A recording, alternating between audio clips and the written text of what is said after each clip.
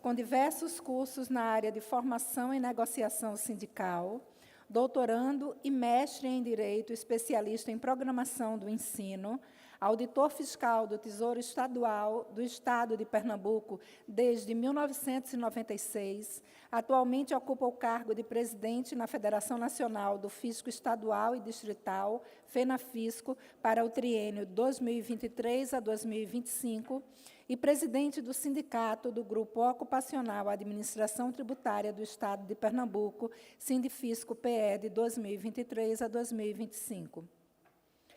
Chamamos para o palco nosso convidado, o senhor Celso Magliani.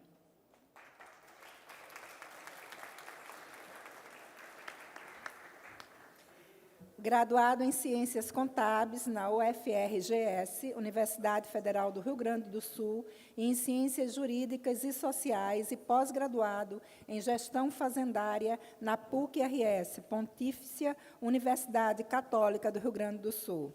Auditor fiscal da Receita Estadual do Estado do Rio Grande do Sul, atua junto ao movimento sindical desde 1988.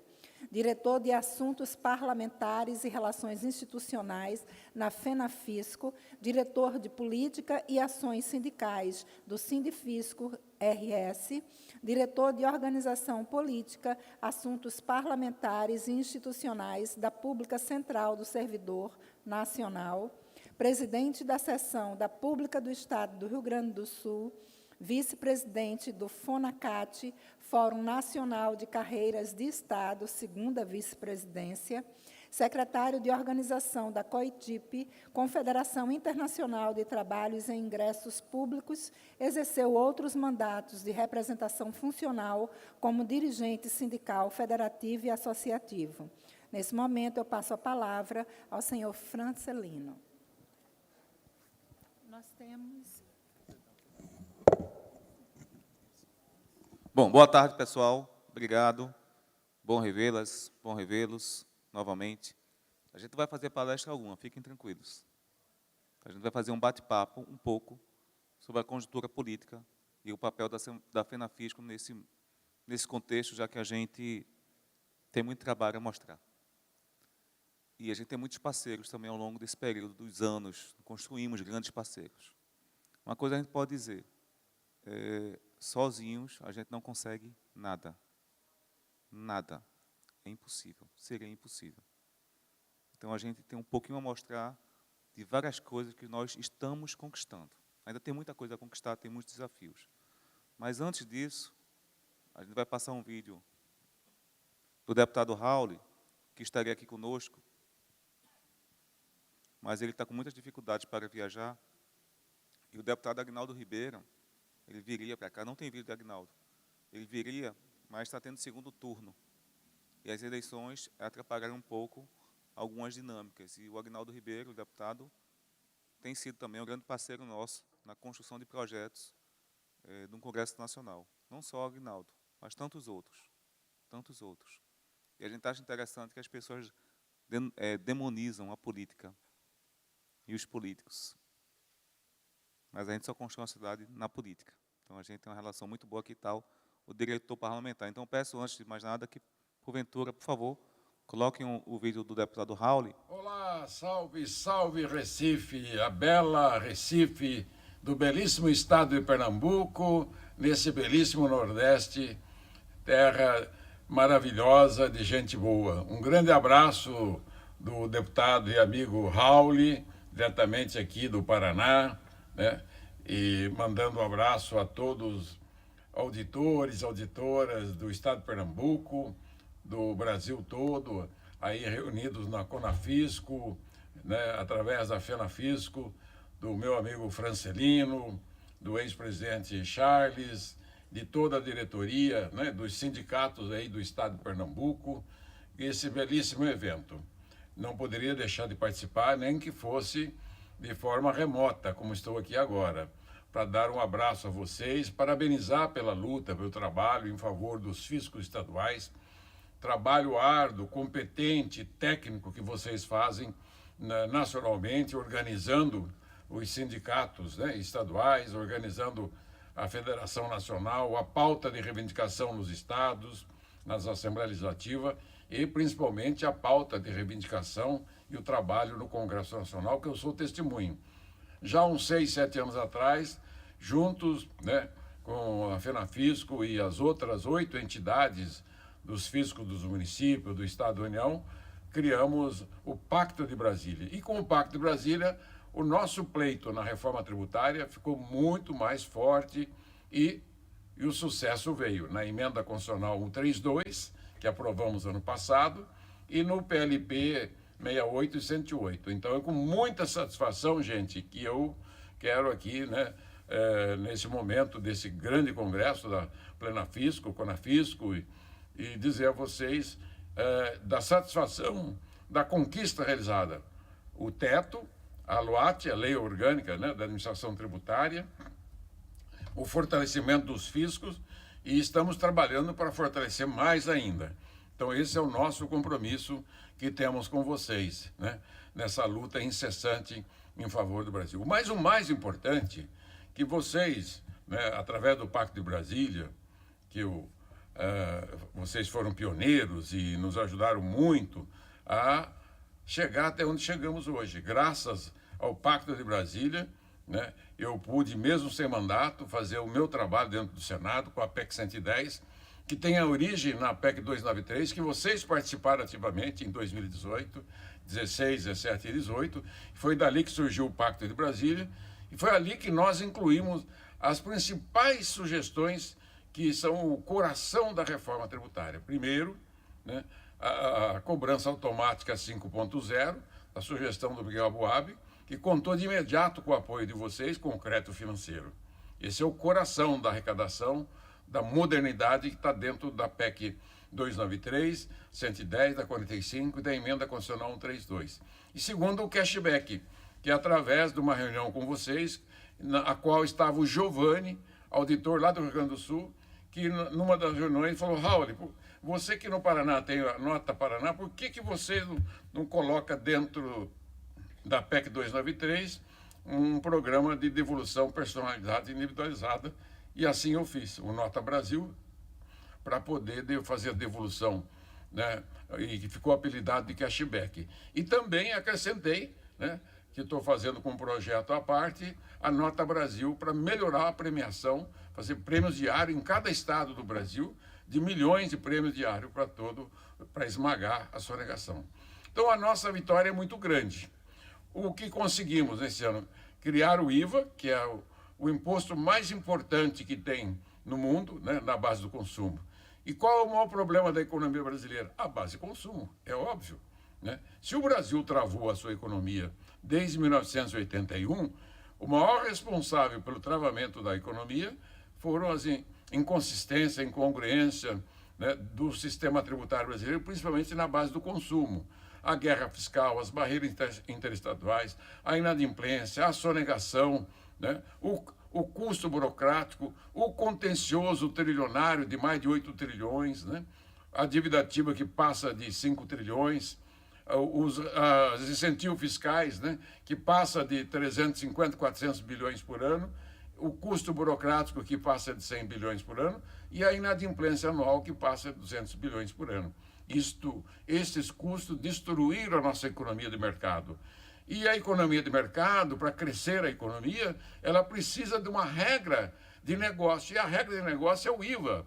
Ele é mais do que um imposto, ele é uma regra de negócio onde as partes, produtor rural, indústria, comércio, atacadista, varejista, transportadores, comerciantes, não são os contribuintes. O contribuinte é o consumidor final, são meros intermediários. E que no nosso modelo Aboab, que nós introduzimos, as empresas nunca mais vão pôr a mão no dinheiro, né? E o fisco federal, estado e município só vão pôr a mão no dinheiro na hora que tiver líquido, na última etapa, vendido para o consumidor final. É ali que vai ser feita a partilha e não antes. Essa é uma grande conquista, é uma revolução para a economia de mercado do Brasil. Vai reordenar a nossa economia de mercado, vai destravar a economia. Lembra que eu venho falando há muitos anos, o Brasil, desde o começo do século XX, vinha crescendo mais que qualquer outro país do mundo, até 1980. Por 50 anos, o Brasil cresceu a 6,3%. Nos últimos 44 anos, o Brasil caiu para 2%. Antes nós dobrávamos o PIB a cada 16 anos, agora está levando 50. Com a reforma tributária aprovada, entrando em vigor em 2026, 27 em diante, o Brasil vai voltar a crescer a 5, 6, 7% ao ano. E vamos dobrar o nosso PIB a cada 15, 16 anos. Essa é a maior conquista, destravar a economia, uma regra de economia de mercado liberal, é o que nós estamos fazendo, né, dentro do Congresso. Outra, a reforma é congressual.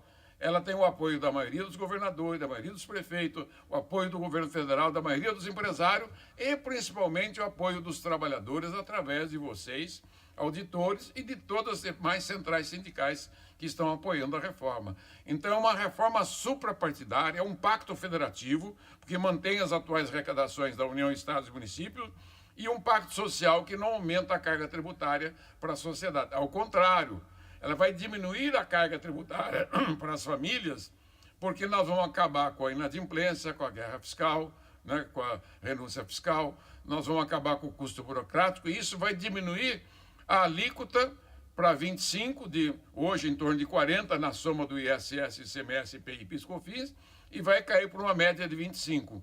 Como nós vamos ter a alíquota zero, a alíquota de 11%, a alíquota de 14%, e é preciso ter um pouquinho, uma alíquota superior de 26%, 27%. Mas, na média, vai ser uma alíquota de 25% contra uma alíquota que hoje é de mais de 40%.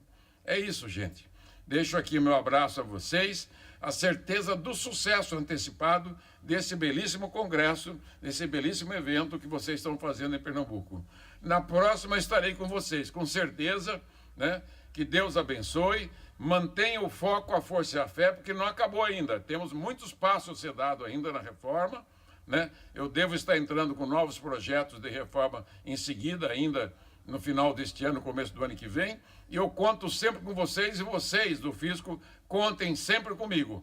E vamos lutar para a implementação do teto salarial, da harmonização do salário dos auditores estaduais e municipais com os auditores federais. Um abraço fraterno do amigo Raul, aqui diretamente do Paraná de Londrina. Que Deus abençoe a todos.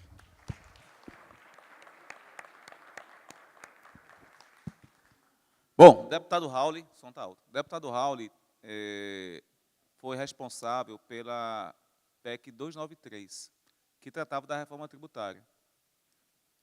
E ela avançou no parlamento e terminou sendo votada. E ela dizia que faziam parte da administração tributária os auditores fiscais. E até aquele momento, nós, auditores fiscais, eu vou ficar em pé, até melhor, porque tem um púlpito aqui que está impedindo de vocês verem. Os auditores fiscais, né, nós somos o suprassumo do Estado, e nós não conversávamos com outras categorias, não dialogávamos. E colocamos coisas só para os auditores fiscais. E aí o outro grupo, que não são auditores, que são analistas e que têm outras funções, foram e tensionaram. E aí, quando sai a 293, eles citam os auditores fiscais. Mas dizem que fazem parte também outras categorias e os congêneres. Congêneres. Ao sou congênere, a administração tributária. Alguém sabe o que é congênere? Que cargo é esse? Que função é essa? E a gente vai conversar com o deputado. Todo mundo bravo, no dia da votação. Ele disse, olha, vocês não se entendem? Vocês querem que a gente resolva o problema de vocês aqui no parlamento? Não iremos resolver. Querem solução? Se juntem, se organizem, traga algo pronto, aí a gente avança. Aí foi isso foi em 2019, não foi, Celso? 2019, que a gente se junta e constrói o que hoje é o Pacto de Brasília. 8 entidades nacionais. Foi porque nós queríamos? Não. Teve colega que só falar em a gente ter que conversar com outra categoria se arrepiou. Não, mas eu sou auditor, não vou conversar. Tá bom, a gente não conversa, mas também não avança nada. Queremos isso ou não? E não somos nós que estamos dizendo, é o parlamento que está dizendo. Aqui é casa de consenso. Parlamento, quem conhece, casa de consenso. Se não houver consenso, não avança. E a gente teve que baixar um pouquinho a cabeça, chamar os colegas e fazer a primeira reunião que aconteceu em Brasília. E foi uma reunião muito tensa. E a partir dali, depois tem outras, se instala o que nós chamamos hoje de Pacto de Brasília, que a gente tem muito orgulho de fazer parte dele. Tem pessoas que não gostam, porque tratar com quem não é igual sempre é difícil. Tem pessoas que até têm sentimentos negativos, mas uma certeza a gente tem: sem unidade a gente não avançaria. E foi essa unidade que possibilitou alguns avanços. O que é que a gente conseguiu, Celso, com essa unidade, com esse avanço na reforma tributária? Bem, eu não tenho dúvida, e alguns daqui que participaram conosco daquela fase também, que os avanços que se tornaram possíveis, em primeiro lugar, foi o nascimento lá na PEC 110, da gente ter incluído na regra as questões de limite remuneratório, de teto salarial e outras grandes questões de interesse comum. Esses foram os primeiros avanços. Isso depois deu um balanço, vocês sabem muito bem, entre PEC 110 e PEC 45, houveram alguns barulhos, nós fizemos a lição de casa, levamos o entendimento na mesa dos relatores e aí fomos para a Câmara Federal. E lá a gente fez uma grande luta, conseguiu grandes avanços na questão do texto, mas, acima de tudo, nós conseguimos questões de grande importância, como efetivamente a inserção da nossa lei orgânica, no parágrafo 17 do artigo 37, e do nosso limite remuneratório próprio das administrações tributárias no território nacional, equivalente ao limite remuneratório de todos os servidores federais e dos ministros do STF. Evidente que isso representou para nós uma mudança de patamar, com vigência a partir de janeiro de 2027, o limite remuneratório novo, específico das administrações tributárias, bem como também a apresentação e debate da Lei Orgânica da Administração Tributária, a partir de janeiro de 2027. Eu penso, e até havia falado ao Francelino, que são avanços a comemorar. A gente tem e vive com muitas dificuldades, né? Muita pressão legislativa, mas a gente conseguiu avançar nessas questões com o esforço de todos vocês, né? Todos vocês lutaram, estiveram junto com a gente, colaboraram direta e indiretamente, todos conhecem o processo, e nós avançamos. Penso que dessa composição política, e eu vou chamar isso de composição política, entre entidades representativas de servidores e categorias, houve um resultado de frutos extremamente importantes para nós e, com certeza, no período vindouro, outros resultados importantes haverão, presidente. Você falou aqui, eu achei que foi até fácil, não foi? Porque a gente conseguiu isso, conseguimos também ser carreira exclusiva de Estado, conseguimos derrotar o Conselho Federativo. Sem dúvida, foram avanços enormes. Essa derrota do Conselho Federativo que o Francelino está falando é um avanço enorme. O Conselho Federativo vinha com o poder absoluto, subtraindo todos os poderes das administrações tributárias e das unidades da federação. A gente conseguiu rebaixar isso para um comitê gestor, o que diminuiu a gravidade da situação. Vocês entenderam a minha colocação? Diminuiu a gravidade da situação, o que não quer dizer que a reforma não traga grandes delicadezas para a gente. A gente continua batalhando na regulamentação, mas ela traz grandes delicadezas. Mas parece que foi fácil. E ele estava conosco, lá em Brasília, no dia da votação da Emenda Constitucional 132, e foi um dos dias mais tensos que nós vivemos, e tinha, além do fisco, outras entidades participando. E a gente não pode ser ingrato, injusto. E a gente tem que agradecer também a colaboração da pública, que utilizou de todos os meios republicanos possíveis para nos informar dos bastidores do que aconteciam. E na política tem muito da traição. Vocês sabem que na política dá vontade de trair, né? E a gente estava lá e tinha um deputado, não vou dizer partido, tá? Que dizia: está tudo certo, né, Celso? Estamos com vocês. E aí a pública estava lá no meio, envolvida, não sei se tem alguém da pública aqui. Está lá, está Vandeci, está por aí? Você também? Vandeci? Não, mas não, vou chamar Vandeci. Rapidinho, Vandeci e Lois aqui, só para vocês saberem. Por favor. Só para vocês conhecerem. Não vão falar não, vamos gastar tempo não. Mas eu quero que vocês conheçam Eu quero que vocês conheçam a pública que participou.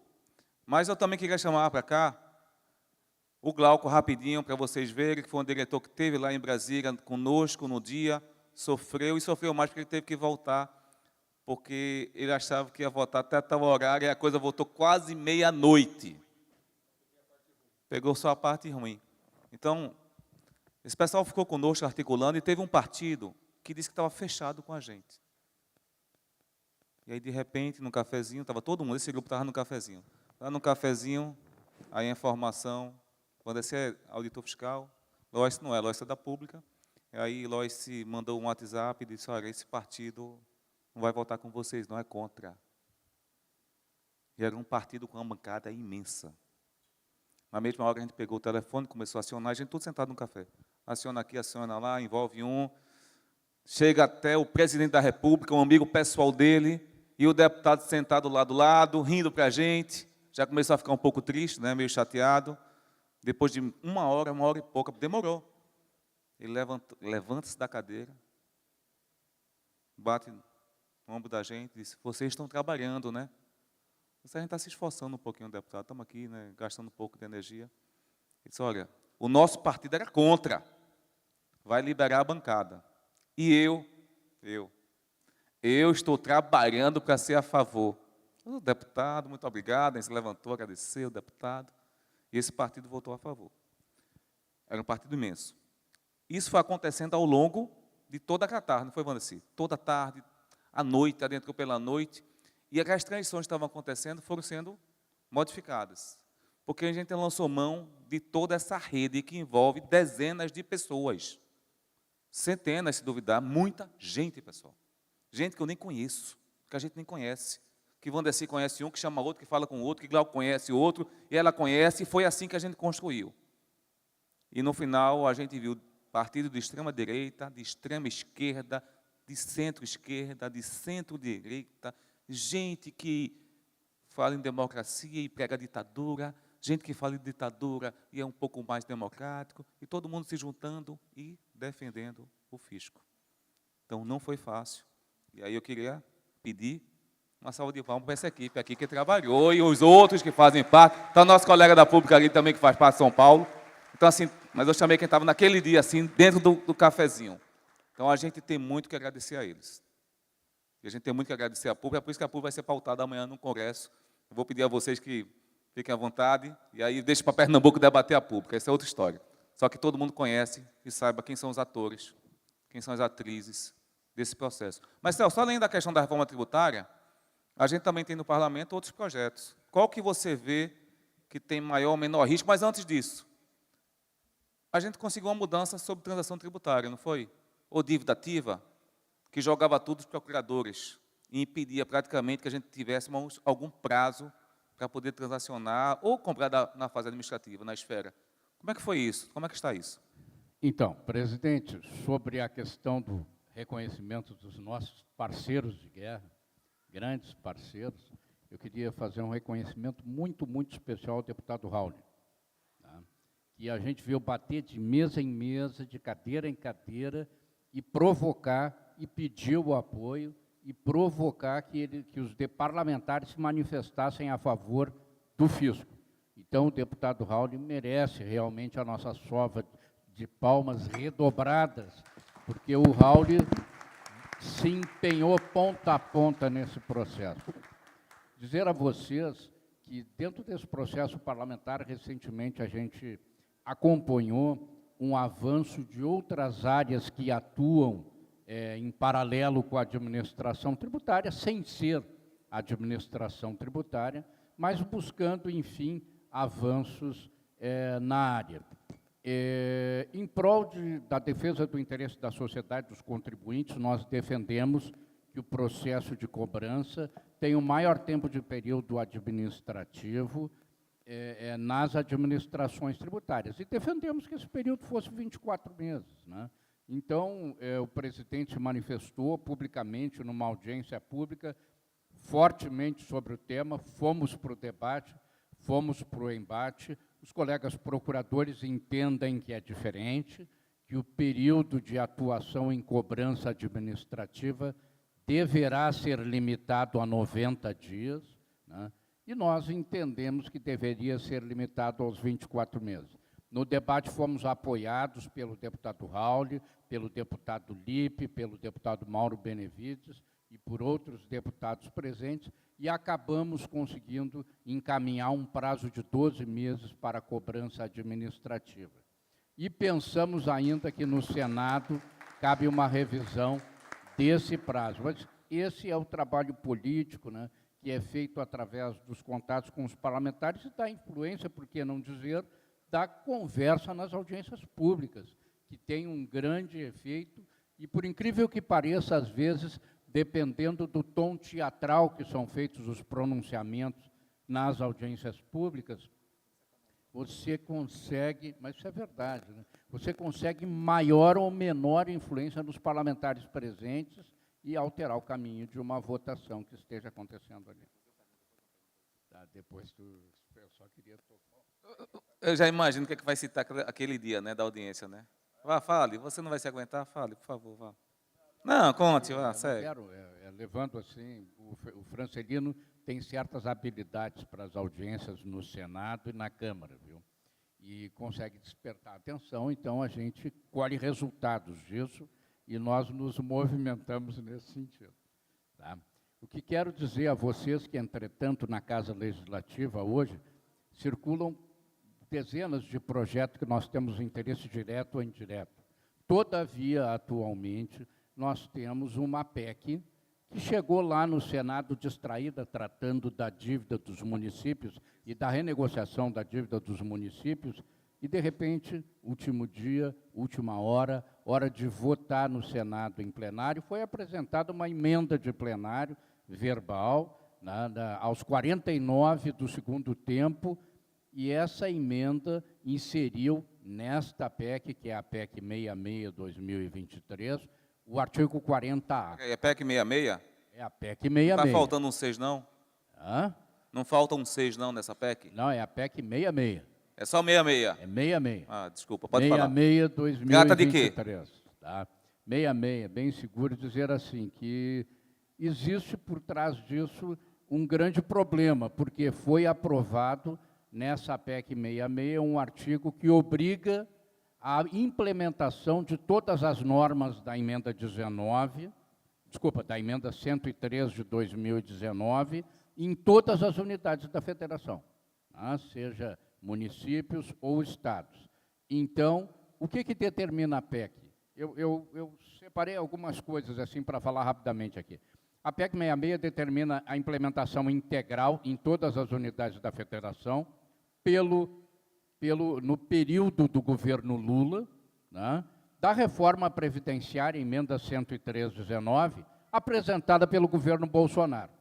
Como assim, não entenderam? É isso mesmo. É o presidente Lula determinando a implementação integral de uma PEC do presidente Bolsonaro em todas as unidades da federação. Peraí, deixa eu entender. Vamos ler não, porque o pessoal fica meio chateado de ficar lendo, o pessoal dá sono. Quer dizer que a PEC 66, se aprovada, vai impor aos estados e os municípios, pelo menos as regras da Previdência do governo federal, é isso? Sim.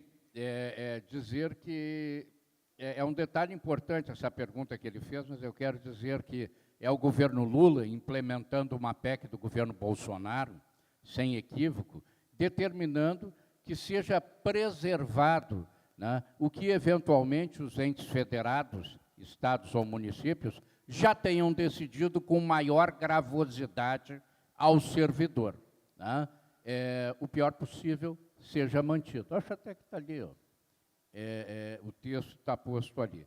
Então, isso quer dizer, basicamente, o seguinte: deve ser implantada em todo o território nacional as normas previdenciárias vigentes no regime próprio da União, desde que sejam iguais ou mais gravosas do que aquelas medidas já implementadas nas unidades da federação que fizeram as suas reformas. Como assim? Não, por exemplo, eu vou dar um exemplo para vocês. Na União, a tributação de 1 a 3 salários mínimos é com uma alíquota de 7,5%. Aí o pessoal pensou assim, bom, mas então vão implementar as regras da União, a alíquota aqui no meu município, que está a 14%, de 1 a 3 salários mínimos, vai descer para 7,5%. Não vai não, pessoal. A regra é clara. É para implementar aquelas que não tenham maior gravosidade. As que tenham maior gravosidade são tendentes ao equilíbrio atuarial dos regimes próprios.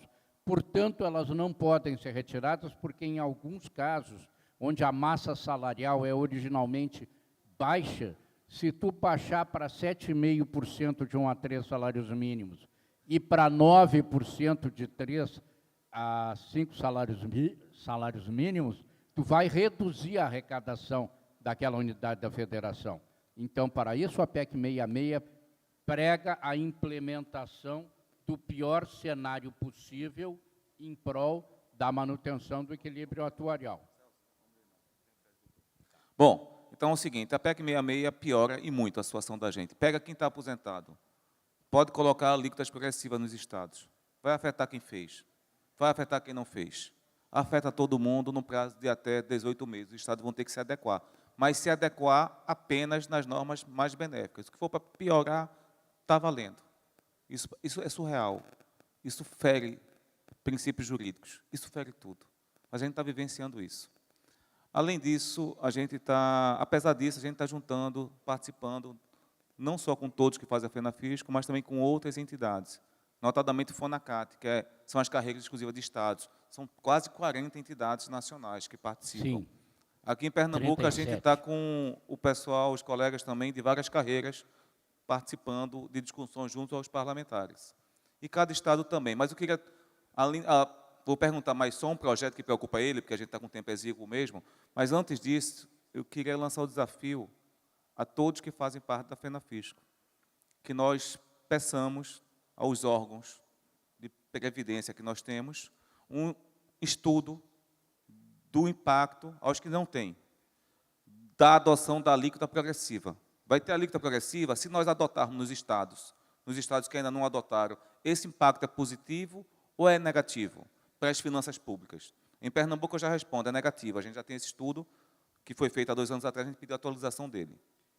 Pelo que está previsto no texto, a parte negativa da alíquota progressiva não pode ser implementada.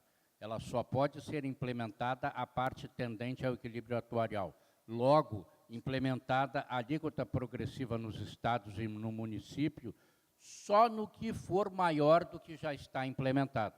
Entende? Então, assim, não teria nenhum risco de desequilíbrio, Francelino. Não, eu sei. Porque as alíquotas menores não podem ser implementadas. Mais uma coisa que a gente joga esse desafio é porque a gente vive na época de narrativa.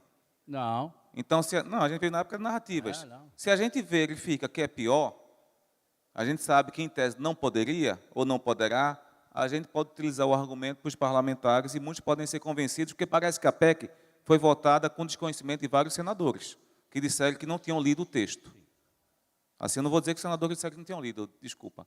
É porque foi apresentar tão rápido que não deu tempo a alguns de lerem e votaram sim, pessoas que eram contra a reforma da Previdência. Votaram pelo voto de liderança. Liderança. Celso, antes de finalizar, eu acho que tem algum ponto, algum outro projeto que você acha que deveria ser citado neste momento de grande importância para a gente? Isso. Olha, eu acho que a gente tem, efetivamente, o PL 68 e o 108, que são os regulamentadores da reforma tributária, são o regulamentador do IBS e do Comitê Gestor, falando resumidamente, e nós temos, efetivamente, a PEC 6, 2024, que prevê a extinção do desconto da contribuição previdenciária dos servidores aposentados num período de 10 anos, gradativamente entre 65 e 75 anos.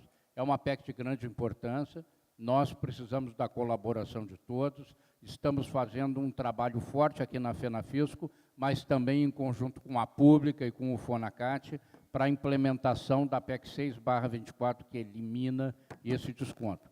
Temos efetivamente o nosso mote de luta também, que são as propostas de reforma tributária e mais um monte de outras matérias legislativas que nós acompanhamos e lutamos por ela, estão aqui, mas o tempo nos impede de tratar com vocês, mas dizer que nós vamos conversar muito sobre isso, porque PECs como a 66, a 6, vão exigir muito esforço direto junto aos deputados federais que são da base de vocês, e através das entidades nacionais que atuamos em conjunto, como o Fonacat, como a Pública e como as entidades do Fisco, que são nossas parceiras, nós vamos colher esses resultados, sim, e cada detalhe, cada vírgula que vocês quiserem colocar, desde o projeto de porte de arma que tramita no Senado, que nós acompanhamos, até a PEC 10 dos quinquênios, que o pessoal ainda acha que não vai acontecer, mas ela está lá, travada, né? Não teve o seu relatório aprovado ainda no Senado, no plenário do Senado, e mais uma série de outras matérias que estamos acompanhando detalhadamente e que, direta ou indiretamente, vão receber a colaboração de todos vocês. Obrigado. Celso, eu queria fazer uma justiça, eu não podia deixar de citar duas coisas antes de finalizar isso aqui.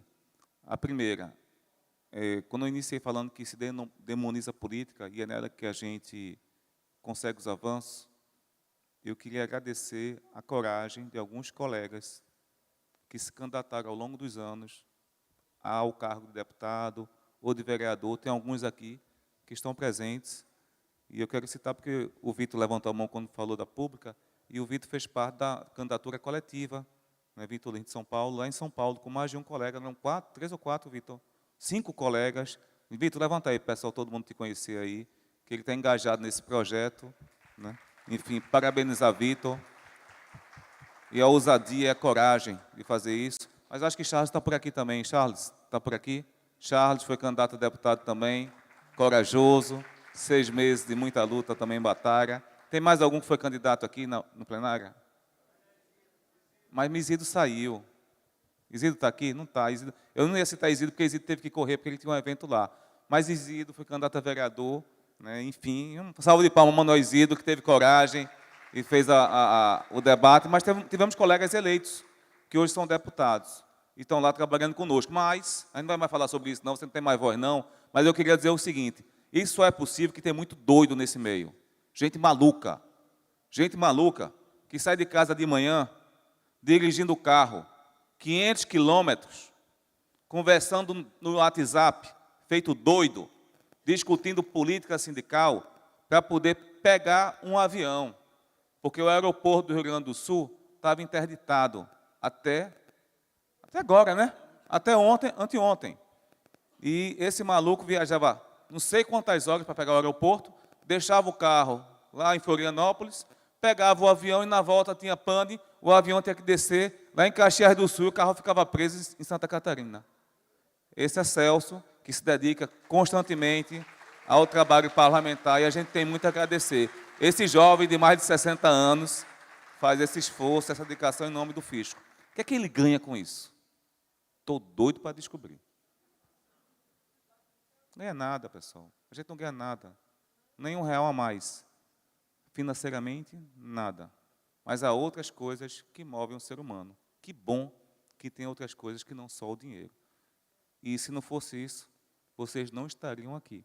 Então, uma salva de palmas a todos vocês.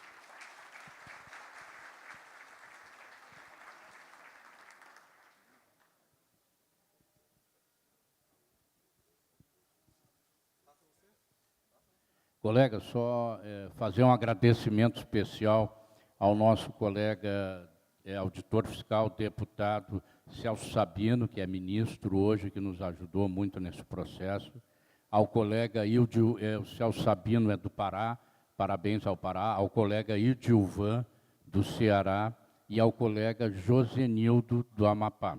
Tá? São 3 colegas auditores fiscais, deputados federais, que nos recebem e falam por nós na Câmara Federal. Nos ouvem e falam por nós. Pediria uma salva de palmas aos colegas e muita disposição dos nossos colegas para continuar se candidatando e, quem sabe, se manter na casa. Obrigado.